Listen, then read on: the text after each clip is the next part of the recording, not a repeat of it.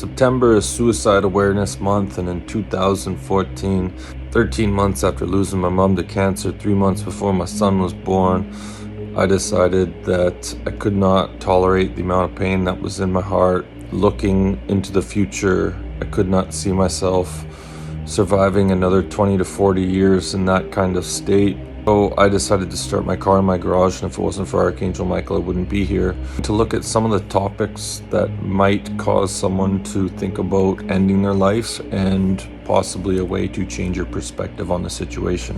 So in 2013, I lost my mom to cancer 3 months before my son was born. So sometimes when we have a sudden spiritual awakening, this can cause us to have a dark night of the soul, which can lead to ending one's life prematurely. For me, it was within 24 hours after losing my mom to cancer. I looked at who I'd become, and I realized, almost as if for the first time, that our time here on planet Earth was limited, and I seen so much pain, things that needed to be healed within. I didn't think it was possible, and so a part of me, didn't want to be here because of that. One of the things that can lead to, us thinking about ending our life is lies that we tell ourselves. I believed that after losing my mom, I was going to have the amount of pain I was feeling in my heart for the rest of my life. I didn't see healing as possible. And in 2024, here I am in a much healthier state than I was back in 2014. So you have to identify the lies that you may be telling yourself. Another thing that could cause us to want to end our lives is losing a significant loved one. When I lost my mom 3 months before my son was born, not only did I have all these realizations that I had all this healing to do, but I also lost my best friend. And when I lost my mom, it was like my world got turned upside down, and the only person that I wanted to talk to was my mom, and she was the one who was gone. So that's when this feeling of loneliness kicked in, which is the next thing I'll get into. But for now, let's talk about losing a significant loved one. How I've learned to cope with that is completely changing my perspective on the situation. A lot of times, we'll lose someone and we'll just be like, they went too soon. But, a lot of the times, not every time, but a lot of times, and I'm talking in the 90%, our souls are tired and want to go home. And regardless of the earthly situation, regardless of the state of the individual, our souls can just be like, I'm tired, peace out. And also our souls can be called into other situations and whether it's planets, universes, multiverses, whatever. Our soul could be needed in a specific situation. Another thing is I've had out-of-body experiences, and I've got to experience just how blissful and loving and amazing it is on the other side. And when I now look at, a loved one crossing over, I don't see it as a devastating thing. I see it as a blessing for them, because I know that they are entering a more loving, peaceful, beautiful reality than this one. And not only that, when I first lost my mom, all I felt was this loss. It was like I lost my physical mom.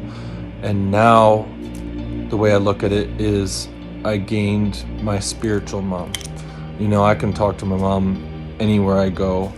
And over the years, some of the signs I've received from my mom are absolutely amazing. I think I might actually just make a separate video on that, because there's so many. But anyways, if you've lost a loved one and you're having a really hard time, just know that whenever you talk to them, they do hear you. When you have a dream and it feels realer than real, it wasn't a dream, it was a soul experience that you're remembering, a lucid dream. I had one of those where I was hugging my mom and I told her I loved her, and it was so real that when I woke up, I just started bawling my eyes out, because I felt like I just had a visitation from my mom, and I did. So just know that your loved ones are in a better place. They hear everything you do, Buy them some flowers, light a white candle, talk to them if you're having a hard time. The next thing that we can experience that may want us to cause to end our life is feeling a feeling of loneliness that's a 10 out of 10. You know, like I said, when my mom passed away, it was like my mom was my best friend and the one I always went to. And when she was gone, it was like I didn't have her to turn to. The feeling of loneliness kicked up to, you know, like a 20 out of 10. In the 3 months before my son was born, I fell into such a deep state of depression, and the oncoming reality that I was about to be a father was just absolutely horrendous. Was a absolute horrendous thought to me, because all I wanted to do was leave this place, and I couldn't understand how I was supposed to be a positive role model for my son.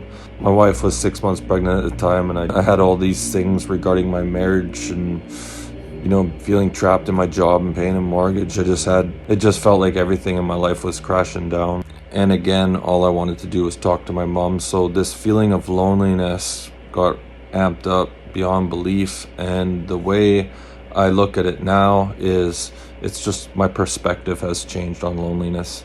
I used to feel all alone, and now I'm like, you know, we got legions of angels and ancestors and loved ones watching over us. Everything's conscious, from the ocean to the sand to the trees. You know, the grass feels you when you walk on it, and connect with the animals and nature. You're never truly alone. Another thing that may cause some people to, you know, lose their SHIT is the loss of a job or a career that they fell in love with.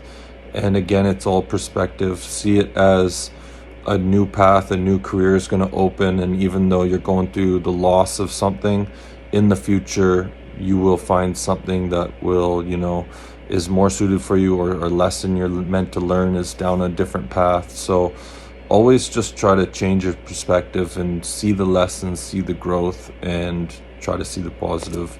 There's many things that could cause a person to think about and in their life. This is just a few. I hope this helps some people out there. I just want to say thanks to everybody that's gone out and purchased a copy of my new book, Finding Me by Ashley Samborski, now available on Amazon. If you want to see more of my content, hit the like and subscribe. We'll see you in the next one.